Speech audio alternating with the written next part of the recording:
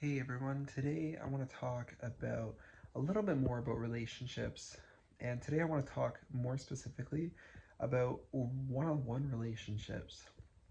I had a lot of one-on-one friendships in the past, things like that, small friendship groups, and it's interesting because at the time I always wondered what it'd be like to have a larger friend group, and I have been blessed with just an incredible community um, in this past year, and I am so thankful every day. I could never thank God enough. Um, but every once in a while, it is nice to have our people who we can talk to outside of the action and the busyness of today, right? I type of personality I have is it's very important to me to be able to go on those late night walks and go on those hikes and go for a coffee, go to a coffee shop one on one. And it feels so difficult now, like in this age. It feels so difficult to actually plan and execute that and actually carry it out. I'm thankful I've been able to do so many things with an incredible group of people. Um, but I find just it's overwhelmingly difficult to connect one on one with people nowadays. Yeah, like, oh, do you want to go out for a coffee? Do you want to go for a hike? That's great. You can ask that. But it almost feels like when I ask these things, I never really get a clear answer, you know? And this is it's something that is just so important to me. It's something I long for. And I get it. We get busy, right? We do get busy, but it's almost wanting to see your friends, just being able to connect with them, or if you have a person who you want to connect with more about something that's really important to you, and there's like a barrier, it sucks, man. Like, there's something that you really click with this person, you really want to be with this person more, and they're occupied with their schedule. They're like, you ask them to do something and they're like, oh, I'm so busy, I'm too busy. It sucks. It sucks. And I I look at it, right, and the way I think of it is we have to look at it as a boundary rather than a barrier, um, because it is a part of a it is a part of a healthy relationship to be able to set and establish healthy boundaries. So if this is something that you relate with, something that applies to you, there are a couple things that I am going to be doing differently to address this. And one of those things is actually openly communicating our priorities, right? Like openly communicating with people exactly how we feel. Like, hey, I have been craving more one-on-one time with people. I feel like that is where a lot of deep connection is found. Or, hey, I really enjoyed connecting with you about the solar system, for example.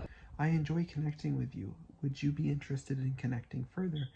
Um, and rather than saying something like, oh, let's do this sometime, right? Like, that's fine. But I feel like there's a lot of sincerity that comes along when we actually make ourselves more vulnerable and we actually communicate how we feel about the specific person. It doesn't mean put on an act, but actually communicating. Like, there's got to be a reason why you want to be with this person, right? Like I said with the solar system, or for me, it's a lot of like deep connection and really exploring the bigger meaning of life is something that I really enjoy discussing. Faith, all of those things, relationships, etc., etc. So being able to actually communicate like that, like, hey, I actually really enjoy the way we get into discussion about faith, the way we get into the discussions about bigger world questions, right?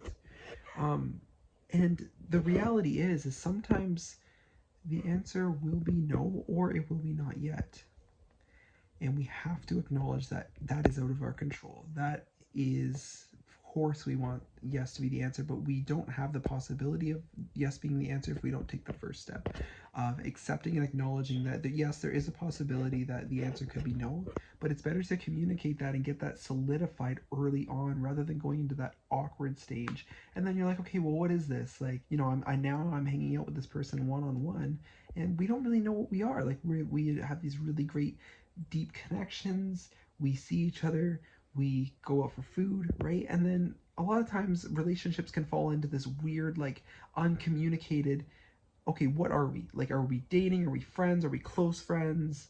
Are we partner? Like, it gets really weird. So that is something that that is definitely an important step to being able to communicate that. And it's something I'm working on, just being able to communicate exactly how I feel about someone, right? Because we have to remember we're made for human connection. So there's no good in that comes with denying that. It doesn't mean we have to be perfect with communication, but there's no good that comes from denying it. And a good way to start can be actually the people that we do connect with, of course, starting with them, right? Like the people that we feel connected with, communicate that to them. Say, hey, we really click. There's something here. There's a way that you think that really resonates with me. It makes me feel cultivated. It makes me feel like I'm growing. That's very very genuine and authentic. That's not easy to find in this world, right? So when you do find those things, it is so crucial to be able to communicate that to the person because they might not even know it, right? Lastly, we do have to be okay with the fact that not everyone will be a yes, and there could be so many reasons for that. Like, we sometimes flock to taking things personally, but sometimes there's so many other aspects that we have no idea about, right? It's very easy to think about ourselves and what we have in our lives, but you have to remember you are talking to another human being, all with different priorities, goals, mindsets, challenges. So it's about having grace, having compassion, starting with ourselves and for others, you know.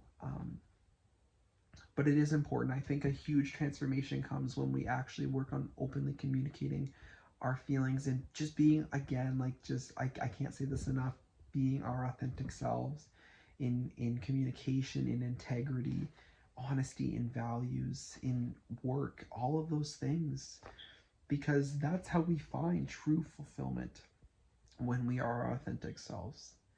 um, I just wanted to talk about this a little bit because it's been on my heart, and um, this is actually something that's really been meaningful to me recently, and I really do hope I can. It'd be kind of ironic, but connect with people about this. So it's kind of funny, but I just want to remind you that um, the fact that you're watching this video means that you are doing something right. Like, you want to improve your relationships, right? And that's good. That's a human need. And don't get me wrong, the way society is now, so overstimulated, so active, it's always go go go. It's a very common thing, and most people don't even realize it. So you are already one step ahead. So I just want to congratulate you on that. That's going to be all for now. I will be making more videos pretty soon. Um, and thanks for tuning in, and we'll see you soon.